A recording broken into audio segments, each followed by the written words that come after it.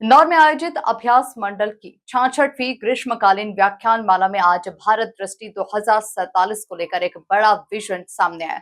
मुख्य वक्ता के रूप में बीजेपी के प्रदेश प्रभारी डॉक्टर महेंद्र सिंह ने विरासत, विकास और भारत के वैश्विक भूमिका पर विस्तार से अपनी बात रखी। उन्होंने कहा कि भारत न सिर्फ आर्थिक ताकत बन रहा है बल्कि अपनी सांस्कृतिक पहचान को भी पुनः स्थापित कर रहा है। देखिए खास रिपोर्ट। इंदौर अभ्यास मंडल की 66वीं व्याख्यान माला डॉक्टर महेंद्र सिंह का भारत दृष्टि 2047 पर संबोधन। विरासत से विकास पर दिया जोर। भारत जल्द बनेगा दुनिया की तीसरी अर्थव्यवस्था।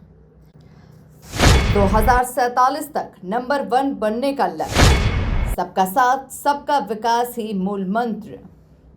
इंदौर में आयोजित अभ्यास मंडल की 66वीं ग्रीष्मकालीन व्याख्यान माला में देश के भविष्य की दिशा और दशा पर गंभीर मंथन देखने को मिला, जहां मुख्य वक्ता के रूप में बीजेपी प्रदेश प्रभारी डॉक्टर महेंद्र सिंह ने भारत दृष्टि 2047 पर अपना संबोधन दिया।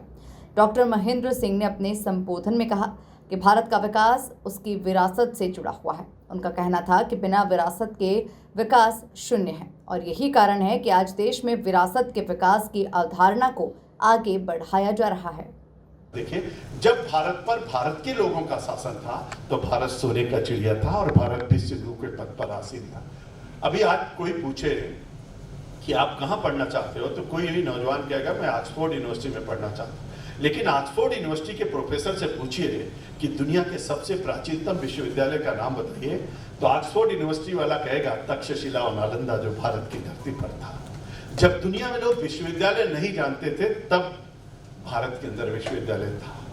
जब दुनिया में लोग लिखना पढ़ना नहीं जाते थे तब ऋग्वेद, यजुर्वेद, सामवेद, अथर्ववेद की रचना भारत में हो गई थी।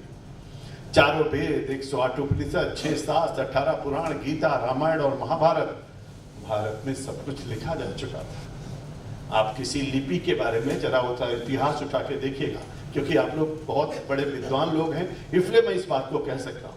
आप जरा लिपि कब पैदा हुई?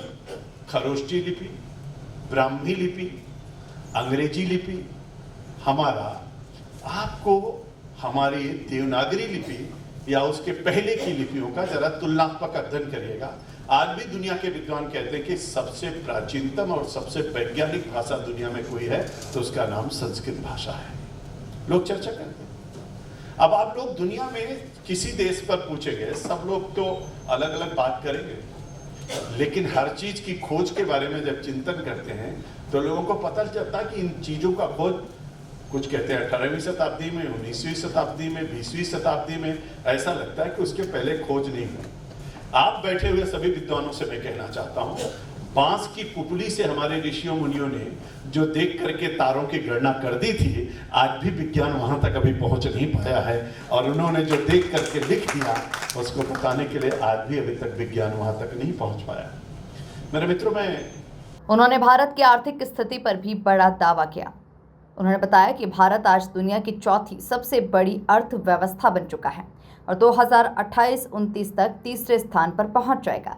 साथ ही 2047 तक भारत दुनिया की नंबर 1 एक आर्थिक ताकत बनने की दिशा में तेजी से आगे बढ़ रहा है।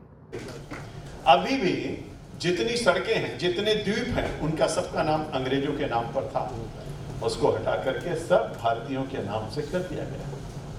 प्रधानमंत्री आवास 7 रेस क्रॉस के नाम से जाना जाता था, आज उसको लोक कल्याण मार्ग, लोक कल्याण भवन के रूप में अब जाना जाता है। 7 कर्तव्य पथ बना दिया गया।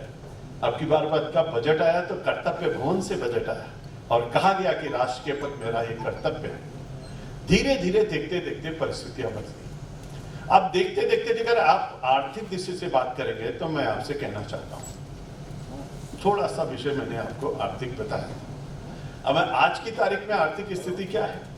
अभी हमारे एक मित्र ने बहुत अच्छी हमको एक किताब भेंट कर रहे थे। मैं इनकी किताब को तो पढ़ नहीं सकता था, लेकिन आप जब विचार करते हैं तो आपको लगता है कि वास्तव में आज की तारीख में भारत की आर्थिक स्थिति क्या है। तो हम चौथे नंबर की अर्थव्यवस्था दुनिया के अंदर बन गए।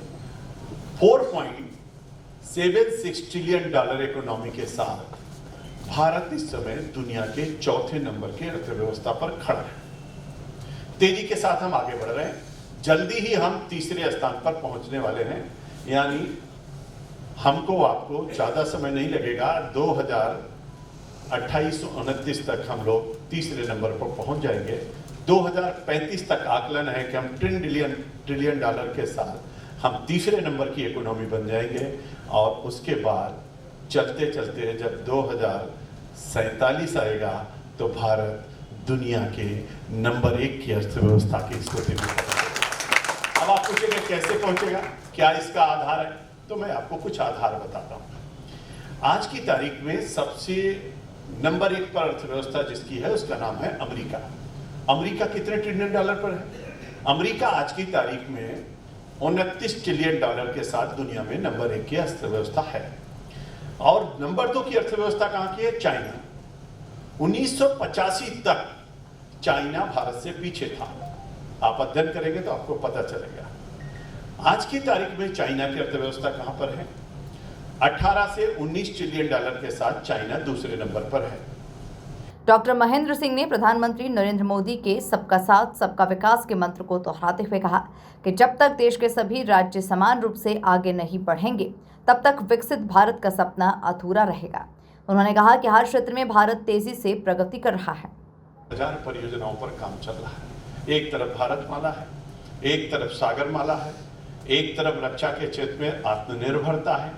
अब बहुत इंपॉर्टेंट है कि जमीन पर तो हमें सब लोग कर ले रहे हैं, आकाश में क्या करेंगे, अंतरिक्ष में क्या करेंगे? तो उसके लिए कितनी बड़ी बात है कि पहली बार जब 104 उपग्रह मंगल पर छोड़े गए थे एक साथ, तो कहां के वैज्ञानिकों ने छोड़ा था? तो भारत के लोगों ने 104 उपग्रह एक साथ छोड़ने का काम हमारे सभी वैज्ञानिकों ने किया।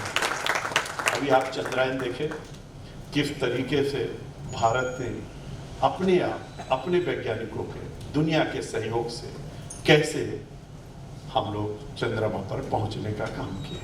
और पहुंचे नहीं, वहां पर तिरंगा अपना चंद्रमा पर लहरा दिया गया, शिव शक्ति का स्थान बना दिया गया। अंतरिक्ष में भी भारत बहुत तेजी से काम कर रहा है, हमारे वैज्ञानिक बहुत तेजी से काम कर रहे हैं। मैं आप सबसे क्षमा मांगते हुए एक बात कहना चाहता हूँ। जब कोविड आया था, अभी कोविड की चर्चा हो रही थी, तो उस समय दुनिया में चर्चा चल रही थी कि भारत का हेल्थ स्ट्रक्चर बहुत खराब है, इसलिए दुनिया तो बच जाएगी लेकिन भारत नहीं बचेगा। लेकिन आप सबने देखा, लोग कहते थे ये जो वैक्सीन है ये कौन इजाद करेगा? तो लोग कहते थे जापान करेगा, जर्मनी करेगा, इंग्लैंड करेगा, अमेरिका करेगा, भारत तो कर ही नहीं सकता। लेकिन सबसे पहली वैक्सीन एक नहीं 2 अगर किया तो भारत ने किया।